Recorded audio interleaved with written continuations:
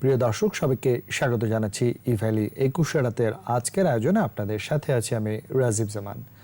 দর্শক, আপনারা জানেন প্রতিনিয়তই আমরা সমসাময়িক আলোচিত বিষয়গুলো নিয়ে আসলে ইভ্যালি ২১ রাতে আলোচনা করে থাকি এবং বেশিরভাগ সময় আমরা কথা বলছি করোনা পরিস্থিতি নিয়ে, প্রাসঙ্গিক অন্যান্য আলোচিত বিষয়গুলো নিয়ে কথা বলছি। তবে সারা বিশ্বব্যাপী আসলে করোনা মহামারীর এই সময়টাতে সবাই তাকিয়ে আছেন এই প্রতিষেধক বা ভ্যাকসিন এর সচেতনতার, প্রতিষেধক এই জায়গাগুলো নিয়ে আসলে অনেক বেশি আলোচনা হয়ে থাকে এবং আজকেও যথারীতি আমরা আলোচনা করব করোনা পরিস্থিতির সার্বিক অবস্থান এবং ভ্যাকসিন আসলে কবে পাচ্ছি ভ্যাকসিন। আপনারা জানেন সকলেই যে ইতিমধ্যেই ভ্যাকসিন দৌড়ে বিশ্বে অনেকটাই অগ্রগতি হয়েছে। সর্বশেষ প্রথম দেশ হিসেবে যুক্তরাজ্যে ফাইজার ভ্যাকসিনের প্রয়োগের অনুমোদনও দেওয়া হয়ে গেছে, যেটি বিশ্ববাসীর জন্য অত্যন্ত একটি সুখকর খবর।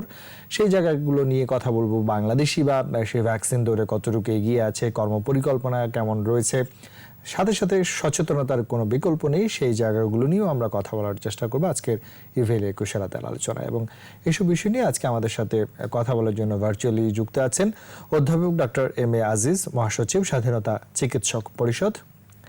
আমাদের সাথে আরো সংযুক্ত আছেন ডক্টর তারেক হোসেন, উপদেষ্টা কোভিড-19 উপদেষ্টা কমিটির সাবেক কর্মকর্তা, জাতিসংঘ। এবং লন্ডনের চিগল থেকে সংযুক্ত আছেন doctor Golam Rahat Khan, emergency and ICU, National Health Service, যুক্তরাজ্য। তিনজনকেই স্বাগত জানাচ্ছি আমাদের আজকের আলোচনায়।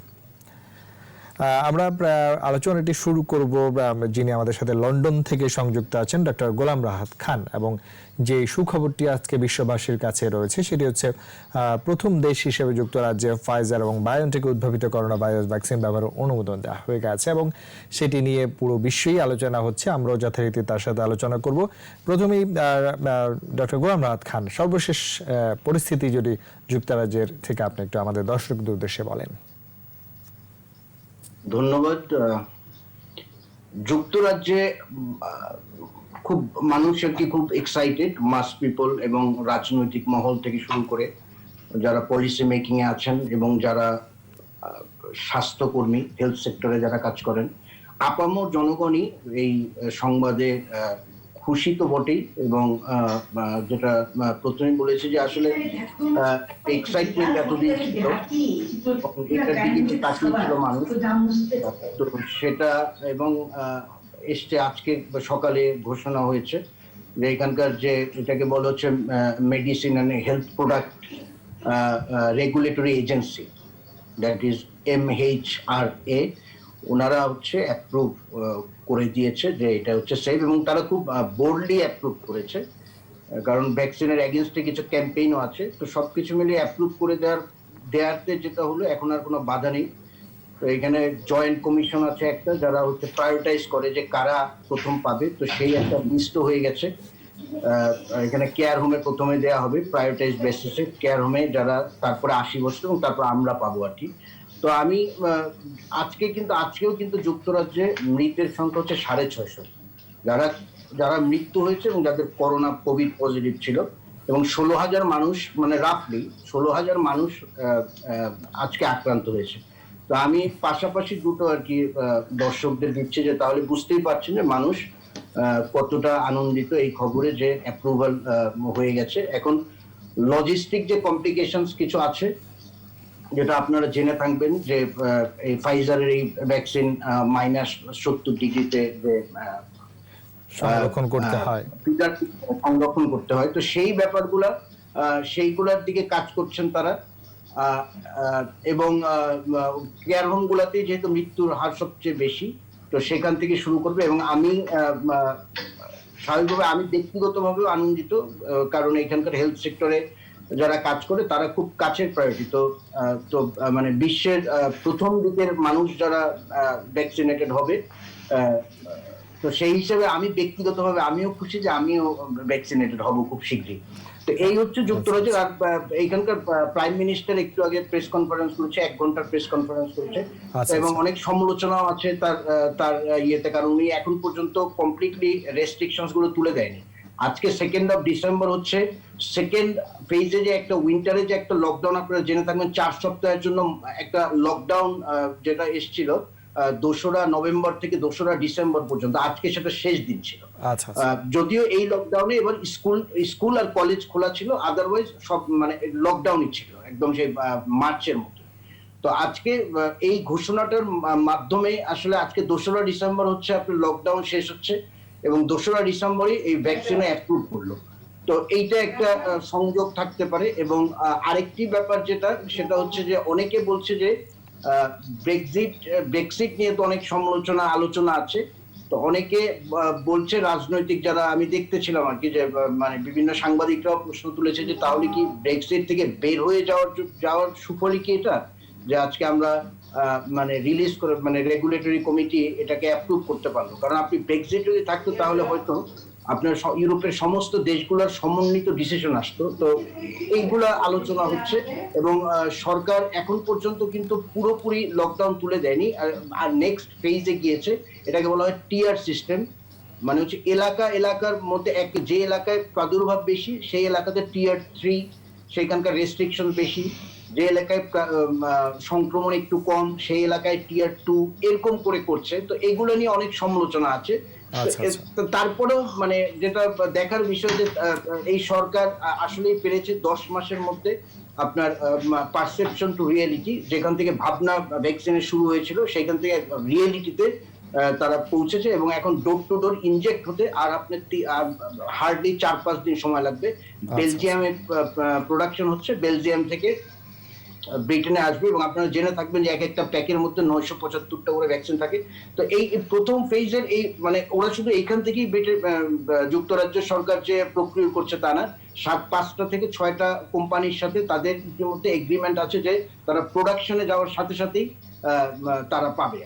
তো সেই অর্থে ব্রিটেন, যুক্তরাজ্য আমার মনে হয় যে পৃথিবীর অনেক ভ্যাকসিন প্রয়োগের ক্ষেত্রে প্রথম দৌড়ে তারাই আসলে এগিয়ে থাকলো। দেখা যাক এখন কতটুকু কার্যকরী হয় সেটিও দেখার বিষয় আছে। আপনাকে ধন্যবাদ সর্বশেষ অবস্থা জানানোর জন্য। আমরা এবারে একটু আলোচনা ফিরবো ডক্টর তারেক হোসেনের সঙ্গে, উপদেষ্টা কোভিড-19 উপদেষ্টা কমিটির সাবেক কর্মকর্তা জাতিসংঘ। ডক্টর তারেক হোসেন, আপনি শুনছিলেন সর্বশেষ যুক্তরাজ্য থেকে ডক্টর গোলাম রাহাত খান সেখানকার সর্বশেষ অবস্থা জানিয়েছেন এবং সারা বিশ্বব্যাপী আসলে আজকের এই ঘটনাটি অনেক বেশি আলোচিত হচ্ছে। ভ্যাকসিনের অনুমোদন এবং তাদের কর্মপরিকল্পনার কথা আমরা শুনছিলাম এবং এই ভ্যাকসিনের পাশাপাশি তারা কিন্তু লকডাউন অর্থাৎ ঝুঁকিপূর্ণ এলাকা, কম ঝুঁকিপূর্ণ এলাকা তাদের রেস্ট্রিকশন কিন্তু অবশ্যই তারা ধরে রেখেছেন। এই জায়গাগুলো আসলে একটু যদি আলোচনা করেন। ধন্যবাদ আপনাকে, ধন্যবাদ এখানে উপস্থিত আমার দুই কলিগ এবং সর্বোপরি ইটিভির প্রিয় দর্শক বৃন্দকে। যেটা যদি শুরু করি, ইউকেতে কয়েকদিনের মধ্যেই সবাই মানে পর্যায়ক্রমে ভ্যাকসিন অ্যাভেলেবল হবে, এটা কিন্তু সাংঘাতিক একটা খবর, তাই না? সুখবর।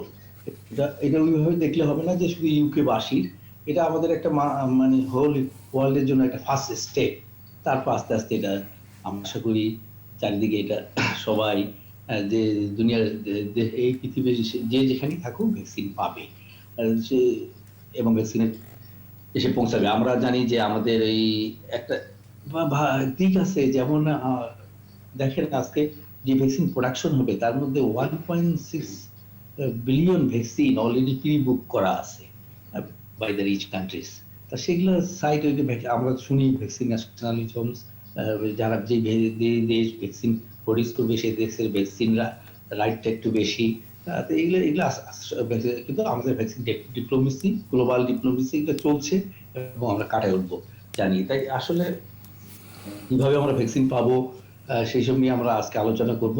আমাদের বিভিন্ন সম্ভাবনা আছে আমাদের ভ্যাকসিন। আমরা যেমন আপনি জানেন যে আমরা ভ্যাকসিন পাবো সিরাম ইনস্টিটিউট ইন্ডিয়া থেকে, আমাদের ভ্যাকসিন কন্ট্রাক্ট হয়েছে, ওখানে 30 মিলিয়ন ডোজেস আসবে, তার মানে 15 মিলিয়ন পিপল ভ্যাকসিনেটেড হতে পারবে বিকজ 2 ডোজ পার পারসন। এবং ভ্যাকসিনের প্রাইস খুব কম এটা। এবং আমাদের নেত্রী বলেছেন, আমাদের প্রধানমন্ত্রী বলেছেন 3 কোটি মানুষ কিন্তু ভ্যাকসিন ফ্রি পাবে। হ্যাঁ, ভ্যাকসিন ফ্রি পাবে। আর এদিকে আবার একটা আপনারা জানেন আমরা গাভির মেম্বার, আমরা কোভ্যাক্স ফ্যাসিলিটির মাধ্যমে যেখানে 9 ক্যান্ডিডেট ভ্যাকসিন আছে, এখানে কমিশন চলতেছে, সেলফ ফাইন্যান্সিং কান্ট্রিজ আছে এর মধ্যে, এবং আমি ঠিক মনে নেই কতটা ডেভেলপ কান্ট্রিও জয়েন করেছে কোভ্যাক্সে, 78টা যে ডেভেলপ কান্ট্রি মানে মেম্বার। এখানে আমাদেরকে যেমন একটা আছে যেগুলো self financing country, within the Gavi তারা আপফ্রন্ট কিছু পে করতে হবে 15% অফ দ্য টোটাল কস্ট। আর কোভ্যাক্স করবে কি, আমাদের এমন ভাবে আমাদেরকে ভ্যাকসিন দেবে, আমাদের না মানে সবাই যারা মেম্বার, আমরা যেন 20% পপুলেশন কভার করতে পারি। জি এই যে আমাদের বিভিন্ন দিকে একটা সম্ভাবনা রয়েছে। এছাড়া আর তো আমি মনে করি যে যা আমাদের দেশীয় যে কালকে দেখে ভালোই লাগলো যে আমাদের ডিজিএইচএস কর্মকর্তাবৃন্দ ওনারা আমাদের দেশীয় ফ্যাসিলিটি গ্লোবাল বায়োটেকে গিয়েছেন, ওখানে গিয়ে আলোচনা করেছেন, এবং যদি তারা অফকোর্স তাদের কি একটা রেগুলার প্রসেসের মধ্যে যেতে হবে। ভ্যাকসিন তো সেফটিটা আর এফিকেসিটাকে কন্ট্রোল মেনটেন করতে হবে, ওটা যেন থাকে এই ভ্যাকসিন দিয়ে। ওই জন্য ওরা প্রিক্লিনিক্যাল ডাটা সব জমা দিয়েছে এবং বলেছে আমাদের কর্মকর্তাবৃন্দ বলেছেন যদি তারা সবকিছু ফলো করতে পারে, প্রসেসের মধ্যে যেতে পারে, তাহলে গ্লোবাল বায়োটেক এটা খুব ডিফিকাল্ট হবে না যে আমরা তার ভ্যাকসিন প্রোডাকশন করতে পারবে। এই আশা আমাদের রইল। ডক্টর তারেক, আরেকটু জানতে চাবো যে অবশ্যই ভ্যাকসিন নিয়ে সারা বিশ্বে এখন অনেক বেশি আলোচনা হচ্ছে। মাননীয় প্রধানমন্ত্রী যেরকম ইঙ্গিত দিয়েছেন, অবশ্যই আমরা সাধুবাদ জানাই, এত বড় দুঃসাহসিক একটি কার্যক্রম তিনি দেশবাসীর জন্য উপহার দিচ্ছেন। কিন্তু আগাম কর্ম পরিকল্পনার জায়গাটা নিয়ে কথা হচ্ছে, যদিও আমরা শুনছি যে এইভাবে প্রয়োগ করা হবে, কিন্তু সংরক্ষণ, পরিবহন, সেই জায়গাগুলো নিয়ে এখন থেকেই কথা হচ্ছে। সেই বিষয়টি আসলে কতটুকু আসলে এগিয়েছে? আমি বুঝতে পারছি। আসলে কি জানেন, এই প্রিপারেশন এটা কিন্তু সাংঘাতিক। আমার আর দুইজন বক্তারা আছে, ওনারাও বলবেন ভ্যাকসিন প্রিপারেশন। ভ্যাকসিন আসলো ঢাকা এয়ারপোর্টে, তাই না? মনে করেন এটা -70°C একটা ফাইজার ভ্যাকসিন আসলো, যেটা কি ইউনাইটেড এয়ারলাইন্স ঢাকা এয়ারপোর্টে ড্রপ করে দিল। তারপর ঢাকা এয়ারপোর্ট থেকে আমার রংপুরের ফেসিলিটিতে যাইতে, তাহলে আমাদের কি এখন আমাদের ইনফ্রাস্ট্রাকচারটা কি অবস্থায় আছে? আমাদের তো কোল্ড চেইন সিস্টেম আছে, আমাদের ভ্যাকসিন ইপিআই প্রোগ্রাম দুনিয়া যারা বিশ্ব মানে খ্যাত, সাকসেসফুল, কিন্তু এটা তো একটা নতুন চ্যালেঞ্জ। এখানে আমাদের কতটুকু প্রিপারেশন হচ্ছে, ভ্যাকসিন ডিপ্লয়মেন্ট ন্যাশনাল প্ল্যান তৈরি করা হচ্ছে। আমার দেখার সৌভাগ্য হয়নি এটা তো, কারণ আপনি এটা একটু বলে রাখি, এইটা জমা দিলে কোভ্যাক্স, যখন কোভ্যাক্সের ভ্যাকসিন আসবে, ভ্যাকসিন ডিপ্লয়মেন্ট ন্যাশনাল প্ল্যান জমা দিলে কোভ্যাক্স অ্যাপ্রুভ করবে, আমরা ভ্যাকসিন পাবো। এটা তো শুনলাম যে কাজ হচ্ছে, যারা এক্সপার্ট তারা ভ্যাকসিন ডিপ্লয়মেন্টের কাজ করতেছে। কি আসলে কিন্তু একটা কথা, কাগজে কলমে থাকলে তো হবে না। কাগজে কলমে তো প্রিপারেনেস প্ল্যান থাকেই, 23 পেজ, 300 পেজ, অনেক প্রিপারেনেস প্ল্যান থাকে। হসপিটাল বাস্তবায়নটি আসলে কতটুকু প্র্যাকটিক্যালিটির সাথে, মানে আমাদের কনটেস্টে আমাদের রিফারেন্স ডাটা আছে কিনা, আমরা যে ভ্যাকসিন আনার টার্গেট করছি +2 to +8, সেদিক দিয়ে হয়তো আমরা সেফ থাকবো। কিন্তু আমাদের দক্ষ জনবল, আমাদের জনবল আসছে, কিন্তু জনবল কি জায়গা মতো আছে? এই জিনিসগুলিকে খুব রেগুলারলি এবং কন্টিনিউয়াস মনিটরিং করতে হবে। কিন্তু এটা কিন্তু জাস্ট ওয়ান টাইম ডকুমেন্ট না, কি বলে এটাকে, ওয়ান টাইম ডকুমেন্ট, এটা একটা চলমান ডকুমেন্ট। এটার উপর সবসময় কাজ করে যেতে হবে, আমাদের মাইক্রো প্ল্যানিং থাকতে হবে। এই ব্যাপারে আমি আশা করি যারা দায়িত্বে আছেন, হ্যাঁ, তারা যেন এদিকে একটু খেয়াল রাখেন, কারণ একটু ভুলের জন্য অনেক বড় সর্বনাশ হয়ে যাবে। এবং অতীতে আমরা দেখেছি আমাদের, এবং আরেকটা জিনিস বলতে চাই, আমরা তো একটা দীর্ঘ সময় পার হয়ে আসছি কোভিডকে ফেস করে, করোনা ভাইরাসকে ফেস করে। আমাদের প্রিপারেনেস প্রথম দিকে দুর্বল ছিল, কিন্তু এখন তো ভালো লার্নিং বাই ডুইং আমরা করতেছি। তো এই বিষয়ে আপনি একদম ঠিক কথাই বলেছেন, প্রিপারেনেসটা লজিস্টিক। কারণ ভ্যাকসিন আনার জন্য আমার মনে হয় যেই 3টা ক্রাইটেরিয়া আছে, এফিকেসি, প্রাইস, আর হচ্ছে প্রিজার্ভনেস, এই জায়গাগুলো এখন থেকে আমাদের পরিকল্পনায় রাখতে হবে। যে ডক্টর তারেক হোসেন, আপনাকে ধন্যবাদ। আমরা এবার একটু সংযুক্ত হব অধ্যাপক ডক্টর এম এ আজিজ, মহাসচিব স্বাধীনতা চিকিৎসক পরিষদ। ডক্টর এম এ আজিজ, আপনি শুনছিলেন যে বিষয়টি নিয়ে প্রথমে আমরা আলোচনা করছিলাম, বিশেষ করে ফাইজারের যে ভ্যাকসিন অনুমোদন পেল, প্রথম দেশ হিসেবে যুক্তরাজ্য অনেকটা এগিয়ে গেল। ফাইজারের ভ্যাকসিনের কার্যকারিতা, তাদের প্রিজারভেশন, প্রয়োগ, নানা বিষয় আলোচনা হচ্ছে। প্রথমেই সেই জায়গাটা একটু আলোচনা শুনতে চাইবো যে আপনারা কিভাবে দেখছেন সেটিকে।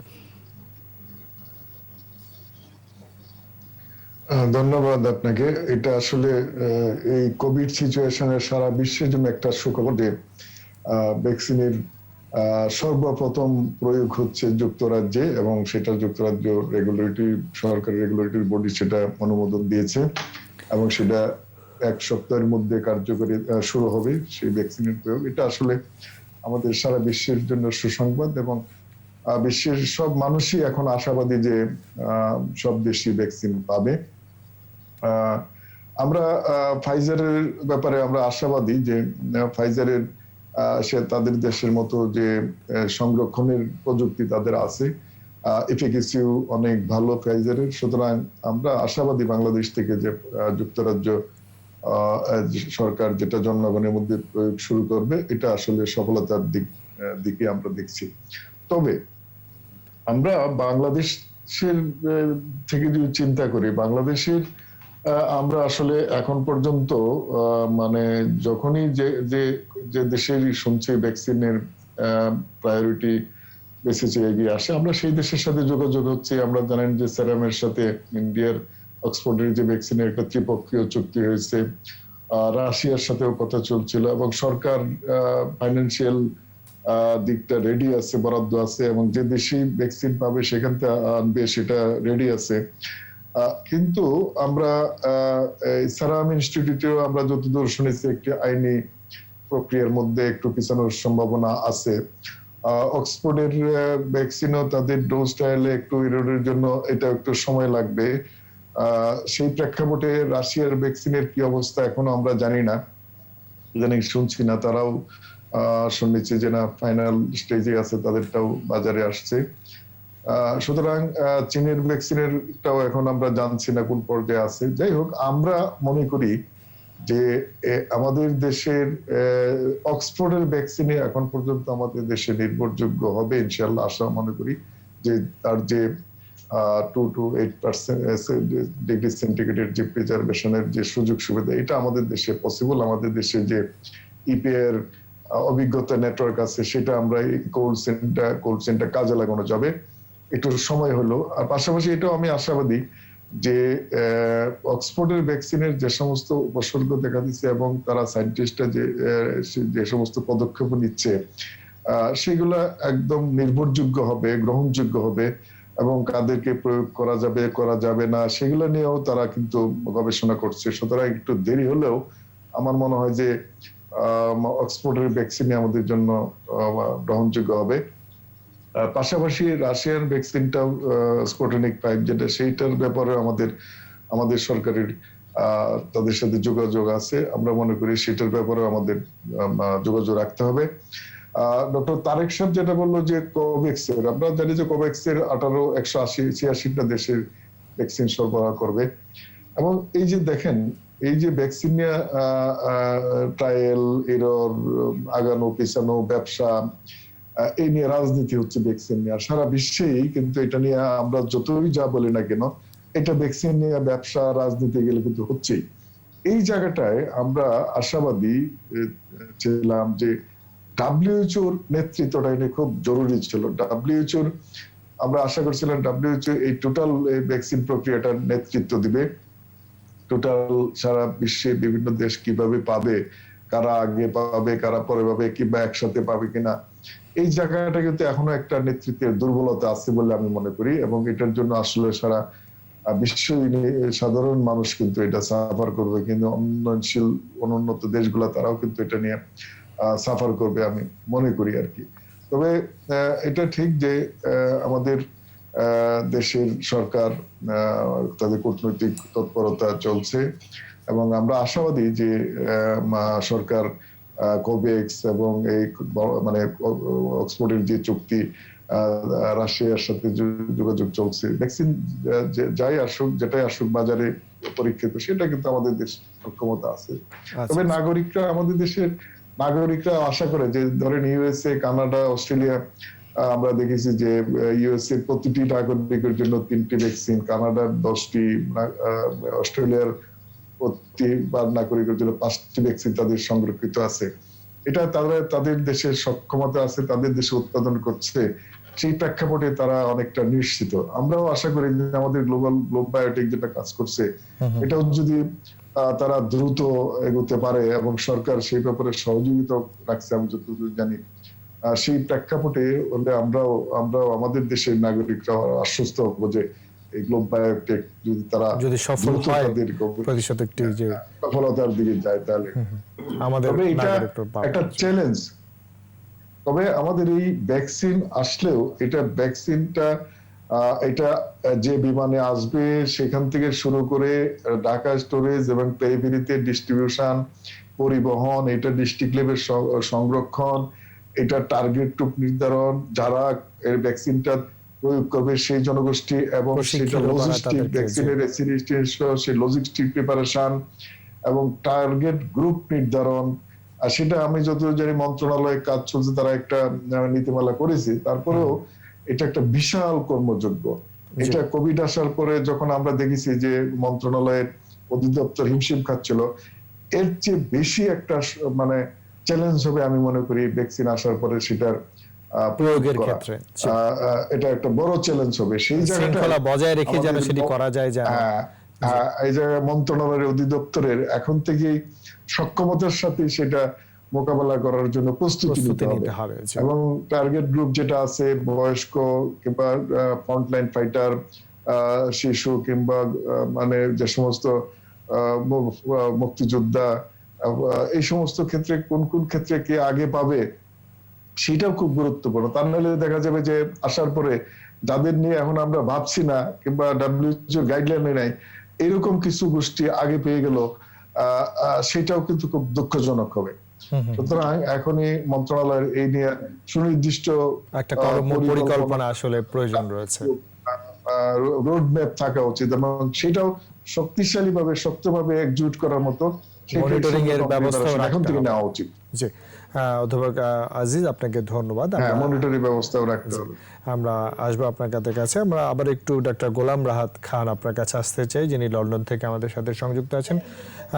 গোলাম রাহাত, আমরা একটু আলোচনা আনতে চাইবো যে অবশ্যই ভ্যাকসিন সারা বিশ্বের জন্য একটি সুখবর, কিন্তু ভ্যাকসিনের প্রয়োগ কতটুকু কার্যকর হবে সেটি একটি সময় সাপেক্ষ ব্যাপার তো রয়েছে, কিন্তু এই মাস্ক ব্যবহারের কোনো বিকল্প নেই, সচেতনতার কোনো বিকল্প নেই। আপনি একটু আগে বলছিলেন যে আমরা সেক্টর টু সেক্টর বা আপনার যে জায়গায় তারা এলাকা ভিত্তিক জোনিং করে তারা এগোচ্ছেন, যেখানে আক্রান্তের সংখ্যা বেশি সেখানে একরকম ব্যবস্থা, যেখানে কম সেখানে একরকম ব্যবস্থা। আমাদের বাংলাদেশের উদাহরণ আপনি জানেন যে অনেকটাই উদাসীনতা রয়েছে এই জায়গাগুলোতে, বিশেষ করে মাস্ক ব্যবহার, যদি আমাদের জন্য এটি খুবই চ্যালেঞ্জিং বিষয়, সেই জায়গাগুলো যদি একটু দর্শক উদ্দেশ্যে বলেন। ধন্যবাদ। এই সমস্যাটা শুধু কিন্তু বাংলাদেশে না, যুক্তরাজ্যেও কিন্তু এই একই সমস্যা তারা ফেস করছে, যে মানুষ এই আজকে প্রায় 8-9 মাস হয়ে যাওয়ার পরে মানুষের মধ্যে একটু উদাসীনতা চলে আসছে এবং মানে একটু ডিনায়াল ভাবটা চলে আসছে। এবং আপনারা জেনে থাকবেন গত সপ্তাহে কিন্তু এইখানে লকডাউনের বিরুদ্ধে, হ্যালো শুনতে পাচ্ছেন? জি, হ্যাঁ, ব্রিটেনে কিন্তু লকডাউনের বিরুদ্ধে ডেমনস্ট্রেশন হয়েছে আপনার সেন্ট্রাল লন্ডনে কয়েকদিন আগে, এবং সেখানে কিন্তু মানে এক ধরনের হাতাহাতি হয়েছে পুলিশের সাথে। তো মানুষের মধ্যে এই টেন্ডেন্সিটা শুধু বাংলাদেশ না, এইখানকার ইউরোপের দেশগুলো তো আছে। তো এবং আমাদের দেশে যেটা মানে এটাকে আমি কোনো এক্সকিউজ দিচ্ছি না যে I am not permitting them to carry on this attitude, কিন্তু আমাদের তো ঘনবসতিপূর্ণ দেশ, জনবহুল দেশ, এবং আমরা ফাইন্যান্সিয়ালিও প্রতিটা মানুষ অতটা সলভেন্ট না। তো যার জন্য তারপরে গভর্নমেন্ট যতটা চেষ্টা করছে আর কি, আমার মনে হয় যে অনেক করছে। তারপরে যে মাস্ক পরার তো বিকল্প ডেফিনেটলি নাই, এখান থেকে সরকারিভাবেও বারবার বলা হচ্ছে, এবং আমাদের NHS এর হাসপাতালগুলো আমরা মানুষদের বলছি যে মাস্ক পরতে। এবং যেটা ব্রিটেনেও কিন্তু আপনি জানেন যে মার্চ এপ্রিল মে মাসে যখন পিকে ছিল তখন কিন্তু আমাদের এখানে মাস্ক পরা হতো না। এবং অদ্ভুত ব্যাপার হচ্ছে মাস্কের মানে এটা আসছেই কিন্তু সেকেন্ড ওয়েভ আসার পরে, কারণ এই দেশটা শুধু এভিডেন্স খোঁজে যে আপনার what is the evidence behind that mask protect you from the transmission. তো আপনার এই ট্রান্সমিশনের কোনো যেহেতু এভিডেন্স নেই, that's why they said no, there is no point. পরবর্তীতে যখন দেখছে যে সাউথ ইস্ট এশিয়াতে আপনার সিঙ্গাপুর বা আপনার এই যে জাপান টাপানে মাস্ক তারা র্যান্ডমলি, সাউথ কোরিয়া এবং ডেফিনেটলি ইন্ডিয়া, বাংলাদেশ, তো এরা মাস্ক পরায় এদের রেট অনেক কম, তখন এরা এইগুলা মাস্ক এখানে নিয়ে আসছে। তো আপনার ফাইন্যান্সিয়ালি সলভেন্ট হয়ে যায় অথবা ইনফ্রাস্ট্রাকচার থাকলেই যে একটা দেশের মানে সবকিছু যে তারা যে পারবে তা না। কারণ আপনি আজকে যদি ডেথ নাম্বার দেখেন যে ব্রিটেনের ডেথ আজকে 650 মারা গেছে, ওয়ারেস বাংলাদেশে মাত্র 30-35 জন মারা যাচ্ছে। তো আমার মনে হয় যে এইখানকার এই দেশের নিডটা অনেক বেশি, তারা ভ্যাকসিনের জন্য কাইন্ড অফ মানে ছিল আর কি, তাদের দরকার ছিল, there is no other way. এবং আমি হাসপাতালে তো আসলে দেখি আপনার যখন সংক্রমিত হয় এবং যখন ইটস সিভিয়ার, আপনার যখন তখন you have no point of no return. যদি আপনার সেইভাবে যদি লাংস যদি ইনভলভ হয়, আপনি তখন আর ফিরে আনা যায় না, সেটা আপনি যত ইকুইপমেন্টস থাকুক। এই দেশে তো আছে, যেহেতু অর্থ টাকা পয়সা, স্বাস্থ্য সেবায় তারা অনেক এগিয়ে আছেন। আমি আরেকটা কথা আমি একটু বলতে চাচ্ছি, সেটা হচ্ছে যে ডিস্ট্রিবিউশন ব্যাপারটা কিন্তু এখানেও খুব বিতর্কিত। যেমন আমরা কিন্তু আমাদেরকে বলা হয় আপনার minority ethnicity, black and Asian minority ethnicity, এটা খুব আলোচিত একটা টার্ম, বিএমই। তো প্রথম দিকে বলা হচ্ছিল যে আমরা এশিয়ানরা এবং যারা ব্ল্যাক আমরা ইনফেক্টেড বেশি হয়েছি, সো ভ্যাকসিন শুড বি আমাদের আগে দেওয়া হচ্ছে। কিন্তু এখানকার যে মানে আপনার যে কমিটি, যেটা এটা মানে ভ্যাকসিন ডিস্ট্রিবিউশনের এবং প্রায়োরিটাইজ করার যে একটা কমিটি আছে, তারা কিন্তু এরকম কোনো ডিসক্রিমিনেশন রাখে নাই, মানে এশিয়ান ব্ল্যাকদের কিন্তু তারা এমন কোনো প্রায়োরিটি দেয়নি। বিকজ এখানে এভিডেন্স দেখেছে, যে এভিডেন্স হচ্ছে আপনার 99 মানুষ, শতকরা 99% মানুষ যারা মারা গিয়েছে তারা হচ্ছে আপনার সার্টেন এইজ, মানে 80 বছর বা 70 plus, most of them care হোমে থাকতো। তো প্রায়োরিটিটা তারা কিন্তু খুব এভিডেন্স বেস করেছে। এক্স্যাক্টলি সেম ওয়ে বাংলাদেশেও যেন এই ব্যাপারটা হয়, যে কোনো তদবির অমুকের ভ্যাকসিন আগে, অমুকের আপনার, যেমন এখানকার কিন্তু ইয়াং মানুষ কিন্তু 2021 ডিসেম্বরেও পাবে কিনা এই ডাউট। আচ্ছা আচ্ছা, দ্যাট ইজ হাউ যাদের ঝুঁকি কম তারা আসলে পরে পায়। জি, এখানে কিন্তু বরিস জনসনও প্রেসিডেন্ট, তার মানে এই না যে এবং এখানকার যারা পলিসি মেকার তারা যদি ওই ক্রাইটেরিয়াতে না পড়ে, তারা কিন্তু ভ্যাকসিন তারাও সেই সুযোগ পাবেন না। জি না, এক্স্যাক্টলি। তো আপনার এইটাও আমি আশা করব যে আমাদের দেশেও এই চর্চাটা হবে, কারণ আপনার এই মানে এই চর্চা হলে মানুষ ফেয়ারলি, আমার বাংলাদেশেও আমার মনে হয় যে এলডারলি পপুলেশন যারা আছে, যারা ভালনারেবল যারা মানুষ, যারা তাদের অনেক কোমরবিডিটিস, তাদের আগে প্রায়োরিটি করে একটা শক্ত কমিটি করে, যাতে কোনো পলিটিক্যাল ইনফ্লুয়েন্স, কোনো আপনার এই যে এবং মন্ত্রণালয়ের কোনো ইনফ্লুয়েন্স, এগুলো যদি না হয়, that is how you can culture the democracy. আপনি এইটাই এখানে প্রায়োরিটিজ এবং 8টা এখানে ক্যাটাগরি করা হয়েছে, কারা পাবে 80 বছর উপরে যারা প্রথমে, যারা এবং ভেরি লজিক্যাল, এবং তারপর বলা হচ্ছে যারা হেলথ কেয়ারে কাজ করে, যারা ডাক্তার, বাংলাদেশে তাই হওয়া উচিত। বাংলাদেশে যারা ডাক্তাররা প্রথমে পাওয়া উচিত, বৃদ্ধরা, স্বাস্থ্য সেবায় যারা সম্পৃক্ত আছেন, আইন শৃঙ্খলায় যারা আছেন।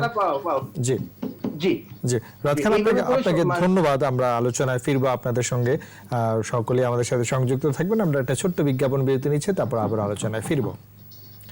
প্রিয় দর্শক, ইভিল 21 রাতে ছোট্ট একটি বিজ্ঞাপন বিরতি নিচ্ছে, আমাদের সঙ্গেই থাকুন।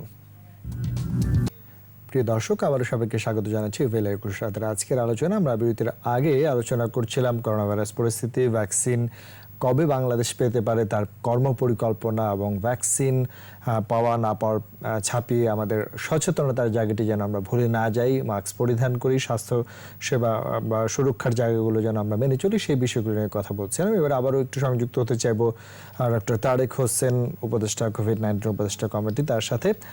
ডক্টর তারেক, আমরা বিরতির আগে আলোচনা করছিলাম এবং লন্ডনের চিগল থেকে গোলাম রাহাত খান বেশ কিছু বিষয় যুক্ত করেছিলেন।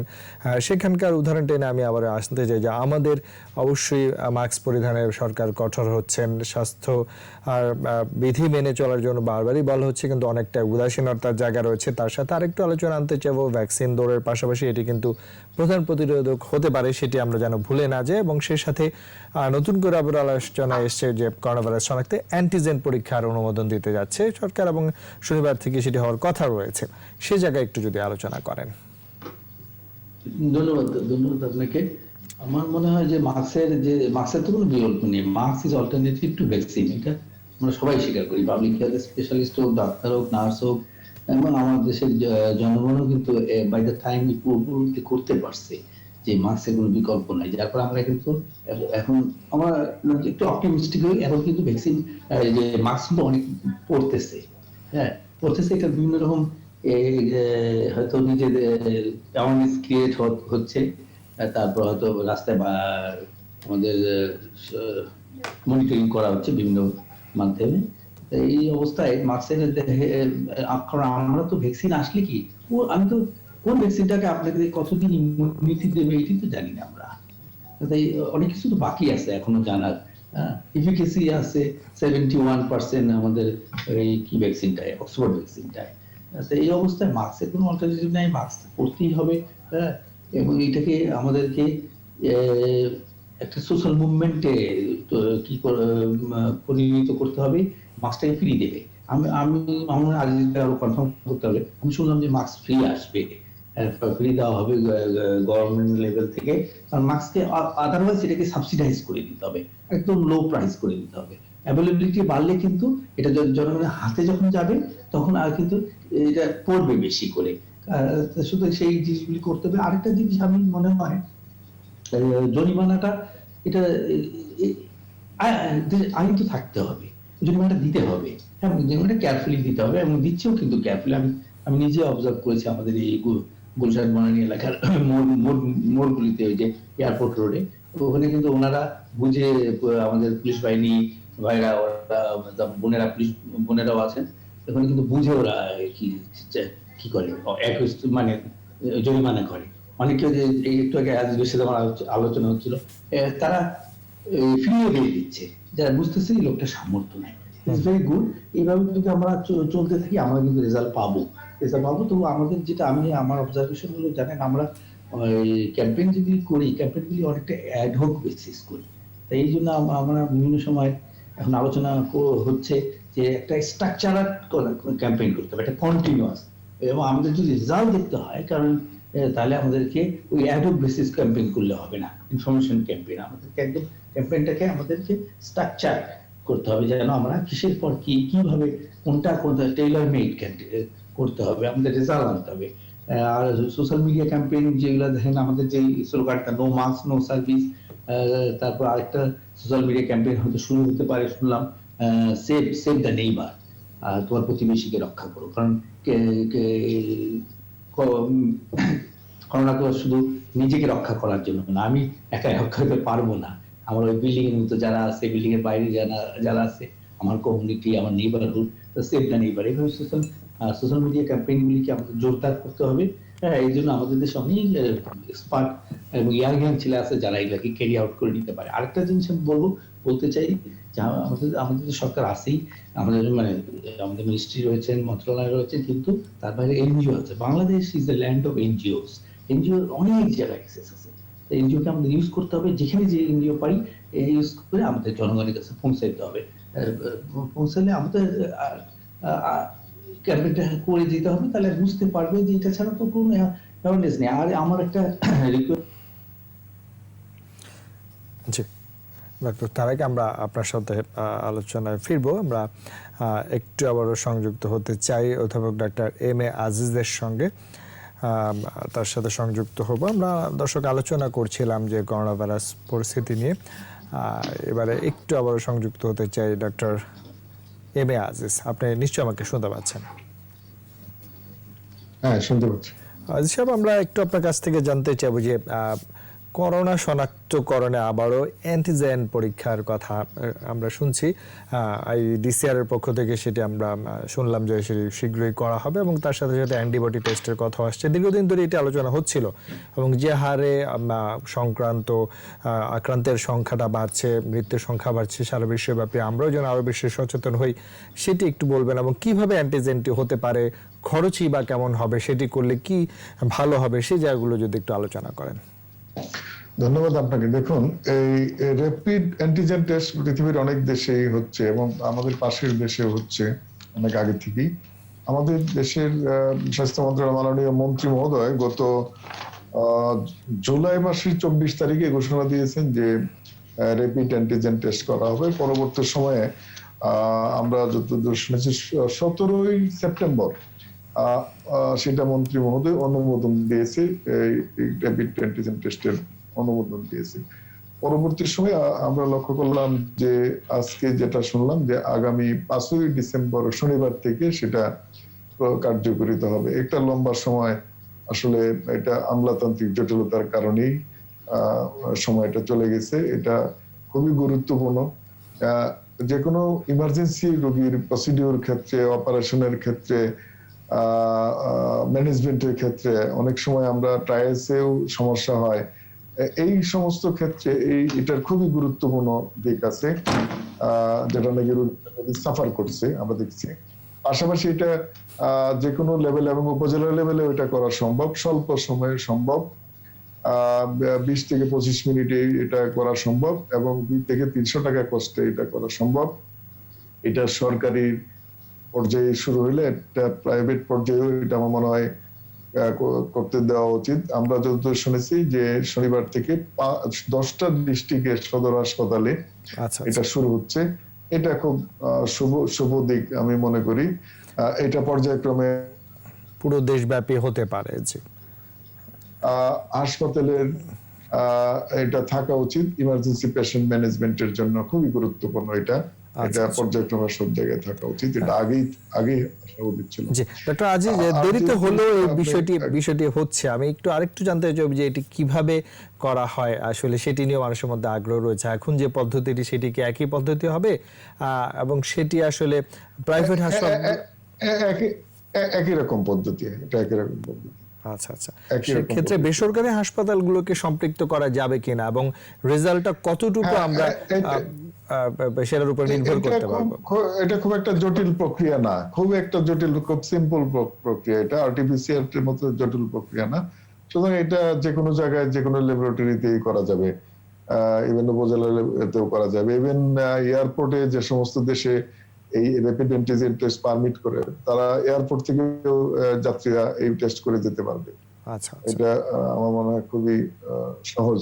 আর সেক্ষেত্রে রেজাল্টের উপর কতটুকু আমরা নির্ভর করতে পারি সেটা এটা আরটিপিসিআর মতোই পার্সেন্টেজ এরকম রেজাল্ট আসবে। আচ্ছা, এটা আশাবাঞ্জক। ইন্ডিয়াতে তো সেই পরীক্ষা অনেক আগে থেকে হচ্ছে। এটা তো খুবই হেল্পফুল। দক্ষিণ কোরিয়াতে হচ্ছে অনেক আগে থেকে, আরো কয়েকটা দেশে হচ্ছে।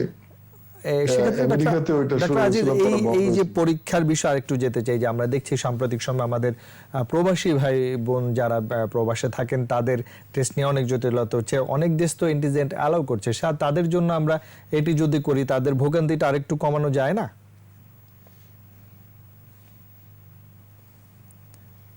ডক্টর আজি, আমাকে শুনতে পাচ্ছেন আপনি?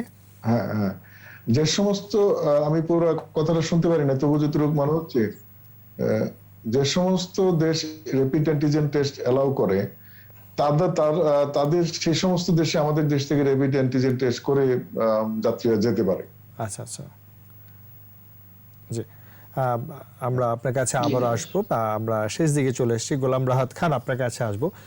সার্বিকভাবে আমরা আলোচনা শুরু করছিলাম যে ভ্যাকসিন প্রাপ্তির জায়গাটা নিয়ে, ভ্যাকসিন দৌড়ে যুক্তরাজ্যের প্রথম অবস্থান এবং বাংলাদেশের সতর্কতায়, সেই জায়গাগুলো শেষ দিকে এসে যদি জানতে চাইবো যে অবশ্যই ভ্যাকসিনের সফলতা আমরা আরও কামনা করি, বিশ্বের অন্যান্য ভ্যাকসিনগুলো আরও সফল হোক, সারা বিশ্বব্যাপী মহামারীর জায়গায় প্রতিরোধ তৈরি হোক, কিন্তু সচেতনতার জায়গাটি ভুলে গেলে চলবে না।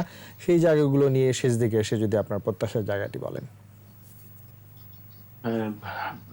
সচেতনতার জায়গাটা তো পাবলিক হেলথে যারা কাজ করে তারা এবং সরকার এবং যারা আপনারা মিডিয়াতে আছেন তারা। সচেতনতার বিষয়টা কিন্তু সারা বিশ্বে করোনা আসার পর ব্যাপকভাবে মানুষকে সচেতন করার জন্য মিডিয়াগুলো এবং সবাই কাজ করেছে নির্বিশেষে। কিন্তু দেশের কথা যদি বলি আর কি, দেশের মানে আমি তো দেশেও কাজ করেছি এবং আমার মতো প্রবাসী অনেক ডাক্তারই দেশেও কাজ করেছে, বিদেশেও কাজ করছে আর কি। তো আমার যেটা মনে হয় আর কি, ব্যক্তিগত না, আমার মনে হয় আমরা প্রবাসী সবারই যেটা মনে হয় যে আমাদের দেশের স্বাস্থ্য ব্যবস্থা আপনার দীর্ঘমেয়াদী 50 বছরের kind of that sort of period নিয়ে আপনাকে এখন থেকেই ভাবতে হবে। কারণ বিশ্বের অন্য সব দেশের স্বাস্থ্য ব্যবস্থা যেভাবে রান করে আমাদের দেশ আনফরচুনেটলি তার ধারে কাছে নেই। এবং এটা কোনো ব্যক্তি বিশেষের দায় না, ব্যক্তি বিশেষের দোষ না, এটা হচ্ছে আপনার সমন্বয় নেই। কারণ এই জিনিসগুলো খুব সমন্বিত থাকতে হয়। মানে যেমন একটা পেশেন্টের একটা ডেটা আপনি বাংলাদেশের দিনাজপুর বসে যদি আপনি একটা কম্পিউটারে ক্লিক করেন আপনি যাতে পেয়ে যান, এবং তার এইগুলো একটা ডাটাবেস সিস্টেমের মধ্যে থাকতে হয়। তাহলে মানে এটা আসলে এত ব্যাপক আলোচনা আমার মনে হয়। তো সমন্বয়হীনতার কারণে কিন্তু আমাদের এই কোভিড যখন হয়েছে তখন কিন্তু অনেক মিসম্যাচ তো হয়েছে। আমাদের যেমন আমাদের হেলথ সেক্টরের জন্য যেমন অনেক সাফল্যের গল্প আছে এবং অনেক কিন্তু রোগীদেরও কিন্তু অনেক হাহাকারের কথা আছে। যখন কোভিড হয়েছে তখন ডাক্তাররা কাছে যায়নি বা নার্সরা যেতে পারেনি। এখন যেতে পারেনি বা যায়নি এটা কিন্তু ব্যক্তি বিশেষের দায় না, আমাদের রাষ্ট্র এবং আমাদের যে নীতিমালাগুলো, আমাদের যারা গাইডেন, আমাদের সিস্টেম ওই ডাক্তারকে রিঅ্যাসুরেন্স করে নাই যে তুমি ওইখানে গেলে তোমার প্রবলেম হবে না। মানে দ্যাট ইজ এরকম করেই যেমন আপনার এমন হয়েছে অসংখ্য মানুষ যেটা সিমটম নাই, সমস্ত পৃথিবীতে সিমটমহীন কোভিড পজিটিভ পেশেন্টকে কোনো রকমের তেমন কোনো চিকিৎসা দেওয়া হয় না, আমরা সেটা জানি। কিন্তু আমি বলতে পারি যে বাংলাদেশ এবং ভারতেও হয়তো একই অবস্থা, আমি জানি আমার ভারতীয় কলিগ আছে সেম থিং। সেখানে কিন্তু এইসব পেশেন্টকে কিন্তু আপনার 10টা থেকে 12টা আপনার ওষুধ দেওয়া হয়, এবং থার্ড জেনারেশন সেফালোস্পোরিন, মানে আরো অ্যান্টিবায়োটিক্স, যত রকম ভিটামিন আছে, এই জিনিসগুলো কিন্তু সিস্টেমের গলদ।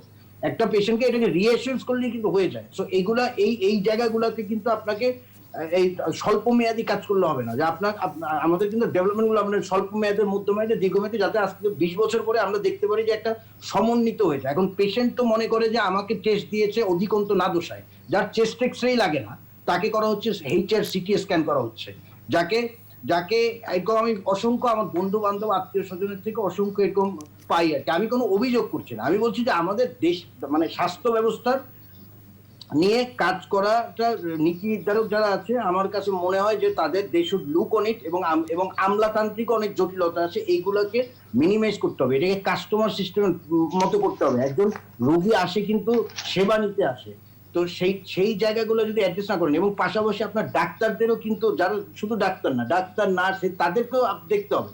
বাংলাদেশে একটি ইন্টার্নি পাস করা ডাক্তারের বেতন যা হয়, আর একজন 20 বছর পরে যার ক্যারিয়ার যখন তুঙ্গে থাকে তার যদি রোজগার হয় 10 লক্ষ টাকা, আর বাংলাদেশে একটা নবীন ডাক্তারের বেতন হয় 12,000 টাকা। তা আপনি পৃথিবীর কোথাও এটা নাই, কোথাও এখানে নাই। আপনি ক্যারিয়ারের তুঙ্গে থাকলে আপনি ইংল্যান্ডে হয়তো আপনি 7 থেকে 8,000 পাউন্ড বেতন পাবেন, আর সদ্য পাস করা একটা ডাক্তার হয়তো 2,500 টাকা বেতন পাবে। তো আপনি একটা ডাক্তারকে বেতন দিবে হচ্ছে 12,000, 15,000 টাকা, 20,000 টাকা, অথচ তাকে ফার্মাসিউটিক্যালস কোম্পানি যদি কোনো মানে কোনো বেনিফিট দেয় যেটা সারা পৃথিবীতে স্বীকৃত, সেইটা নিয়ে সমালোচনা হয়। তো আপনার এই জায়গাগুলো তো সরকারকে অ্যাড্রেস করতে হবে, ওই ডাক্তারেরও দোষ না, ওই ওষুধ কোম্পানিরও দোষ না। ওষুধ কোম্পানিগুলোকে আপনি সেন্ট্রালাইজ করেন, সরকার ওষুধ দিবে, সরকার প্রক্রিয়া করুক সেই ফার্মাসিউটিক্যালস কোম্পানির থেকে, তারপরে গভর্নমেন্ট ভাবে এইভাবে হোক। আপনি এই জায়গাগুলো যদি চেঞ্জ না করেন, মানুষ কিন্তু আমাদের দেশের নবীন ডাক্তারের কিন্তু বিদেশমুখী হচ্ছে।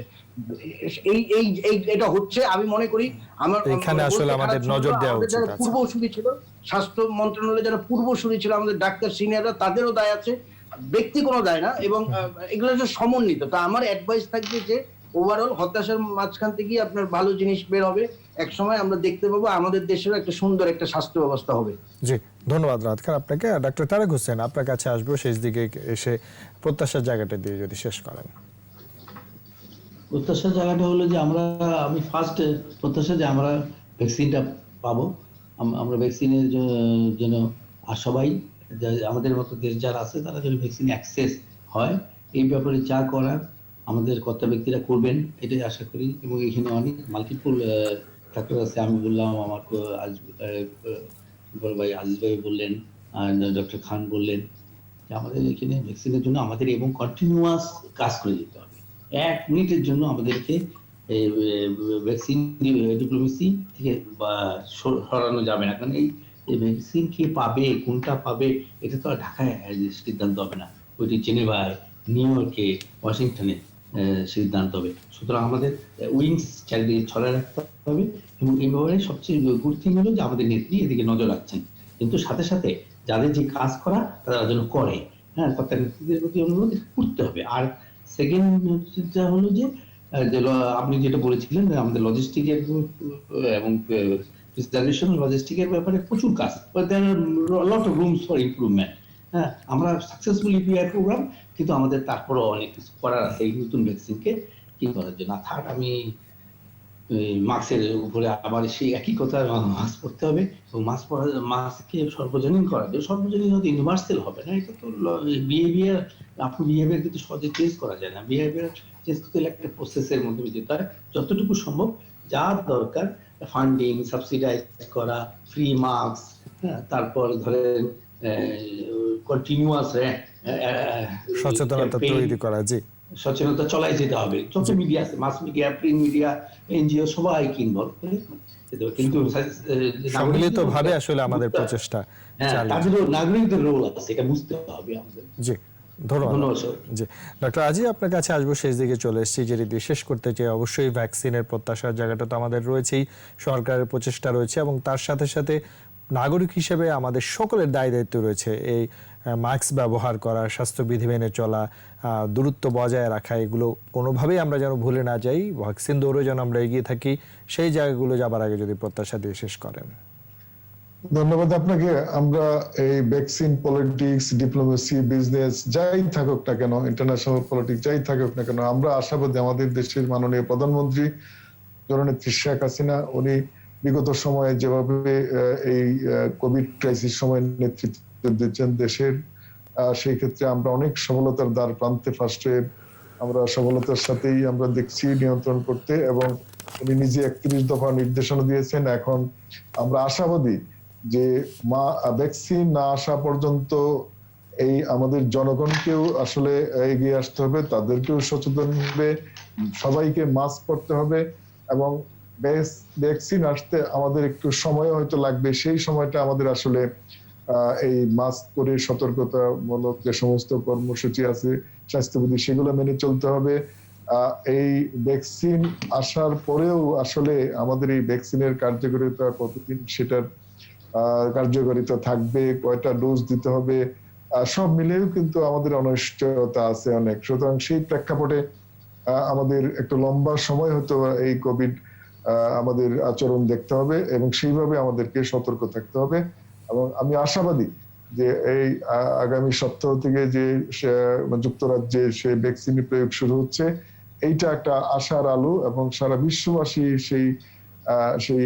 সেইভাবে আমরাও, এবং এই বৈশ্বিক মহামারী আমাদের এই মানুষই বিজয় করবে, জয় হবে মানুষই, এবং একদিন এই করোনা ক্রাইসিস চলে যাবে। আমরা করোনা মুক্ত একটি সুন্দর পৃথিবী দেখব, এবং আমরা বাংলাদেশও করোনা মুক্ত বাংলাদেশ আমরা দেখতে চাই। জি, আমরা অবশ্যই প্রত্যাশা করি বিশ্ব আবারও স্বাভাবিক হয়ে আসবে। জি, তারপরে আমাদের সার্বিক যে সচেতনতা, স্বাস্থ্যবিধি মেনে চলে, এগুলো কোনোভাবেই আমরা উদাসীন হব না। আমরা স্বাস্থ্যবিধি মেনে চলবো, সকলের দায়িত্ব জায়গাটি আমরা করব, এবং সরকার একটি দীর্ঘমেয়াদী পরিকল্পনার মাধ্যমে, আমাদের সমন্বয়ের মাধ্যমে এই জায়গাগুলো উতরে যাবে, আমাদের এই করোনা মহামারীর বিশ্বে একদিন মুক্ত হবে, সেই প্রত্যাশা রাখছি। আপনাকে তিনজনকে অনেক ধন্যবাদ জানাচ্ছি আমাদেরকে সময় দেওয়ার জন্য। প্রিয় দর্শক, ইফেল 21 রাতের আজকের আলোচনা এখানে শেষ করছি। সবাইকে শুভরাত্রি। স্বাস্থ্যবিধি মেনে চলুন, সুস্থ থাকুন।